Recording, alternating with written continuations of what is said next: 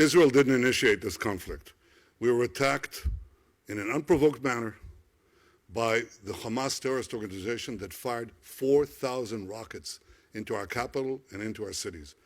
No country will sit aside when it's attacked in such a criminal fashion. Israel is no different. But we did do something different. We were fighting terrorists who are hiding among civilians in one of the most densely populated places on earth. They were firing rockets on our civilians while using their civilians as human shields.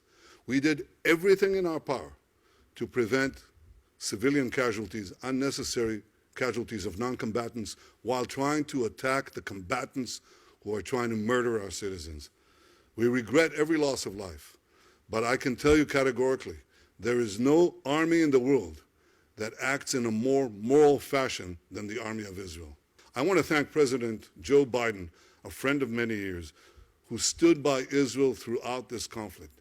He expressed clearly, unreservedly, America's support for Israel's right of self-defense. And I am also grateful to President Biden for offering to help replenish our stocks of missile interceptors. That's so important to saving Israeli lives and, coincidentally, Palestinian lives. Without Iron Dome, we would have had to have a ground invasion of Gaza to stop them firing of missiles, and the casualty list would have soared to stratospheric heights. So thank you, President Biden. And thank you, too, for the many leaders around the world who have stood by Israel. They know how to distinguish so clearly between a democracy that cherishes life and a terrorist organization that glorifies death. I think that distinction and that support is crucial for our common future. Thank you.